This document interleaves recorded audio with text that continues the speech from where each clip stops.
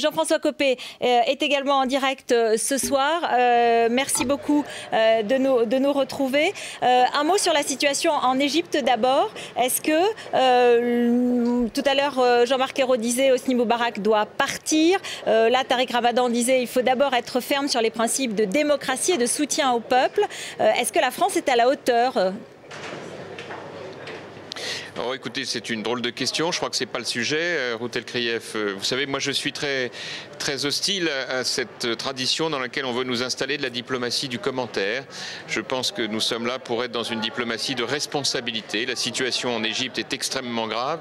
Nous souhaitons naturellement qu'il y ait un processus démocratique, mais je me garderai bien de faire des commentaires sur le fond, parce que je considère que ça n'est absolument pas aujourd'hui d'actualité. Notre sujet aujourd'hui, il est de suivre de très près ce qui se passe et d'essayer, dans la mesure du possible, sans jamais être dans l'ingérence, de rappeler la nécessité d'aller vers la démocratie en Égypte. Alors, vous avez lancé un nouveau débat au sein de la majorité. Vous êtes favorable à la TVA, à l'augmentation de la TVA pour relancer l'emploi. Il y a eu une levée de boucliers. François Fillon, Christine Lagarde, Xavier Bertrand. Tous s'étonnent en disant que ça éroderait le pouvoir d'achat des Français, cela porterait atteinte à la croissance qui repose sur la consommation. Et rappelle que vous étiez contre en 2007. Est-ce que vous n'avez pas peur d'avoir un peu mis le feu à votre camp ?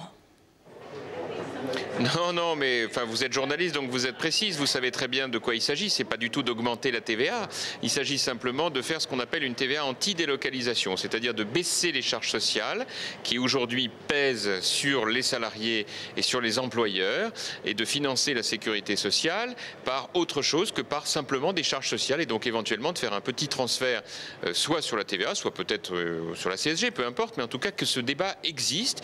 Ça a été une solution qui a été retenue en Allemagne et qui a permis de baisser le coût du travail et donc d'encourager la création d'emplois en période de crise et d'enrayer les délocalisations. C'est pour ça qu'on appelle ça la TVA anti-délocalisation. C'est un débat qui est d'ailleurs transcourant, à gauche comme à droite. Ce débat existe.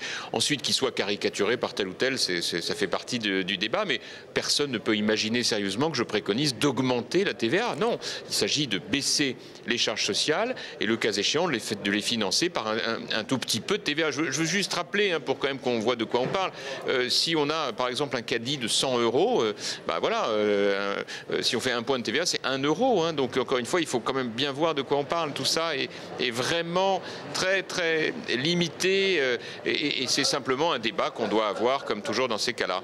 Alors ça a donné apparemment lieu à de nouvelles bisbilles avec Xavier Bertrand, même avec François Fillon. On a le sentiment qu'il y a une certaine tension.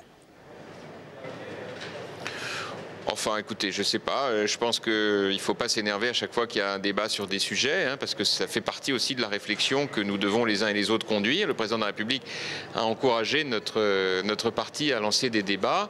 Le but, évidemment, c'est de veiller à ce qu'ils atterrissent. C'est pas des débats pour des débats. Et je crois que derrière tout ça, il y a une réflexion sur la question de nos emplois, de notre compétitivité, de l'avenir de l'économie française. Ce sont des débats que nous aurons ensuite sur d'autres sujets. Je pense par exemple à la question de la laïcité et de la compatibilité entre l'exercice des cultes religieux avec la République laïque.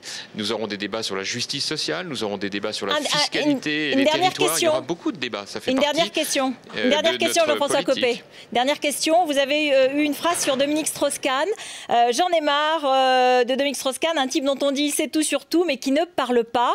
Pierre Moscovici a dit on ne parle pas ainsi du directeur général du Fonds monétaire international. C'est à la fois vulgaire et arrogant.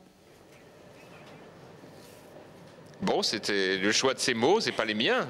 J'ai simplement dit qu'il y avait un côté statut du commandeur dans le fait que M. Strauss-Kahn ne s'exprime jamais et qu'après tout, ce serait bien qu'un jour il nous dise qu'il pense des choses. Ça nous permettrait aux Français d'avoir un jugement plus équilibré sur les uns et les autres. Mais je ne pensais pas que ça allait susciter de la part de M. Moscovici une telle nervosité, une telle agressivité. Vous regrettez? C'est son choix, c'est pas le mien. Vous regrettez? Et qu'est-ce que vous voulez que je regrette? Les termes sur Dominique Strauss-Kahn. Ah, les siens, oui. Les miens, c'était pas bien méchant. J'ai juste dit que j'aurais aimé qu'ils parlent un peu. Je voyais pas ce qu'il y avait d'agressif à cela, vraiment. Merci beaucoup. Et je suis persuadé que ça peut même être utile dans le débat pour vous aussi. Merci beaucoup d'avoir été en direct avec nous. Merci. Il est 19h30.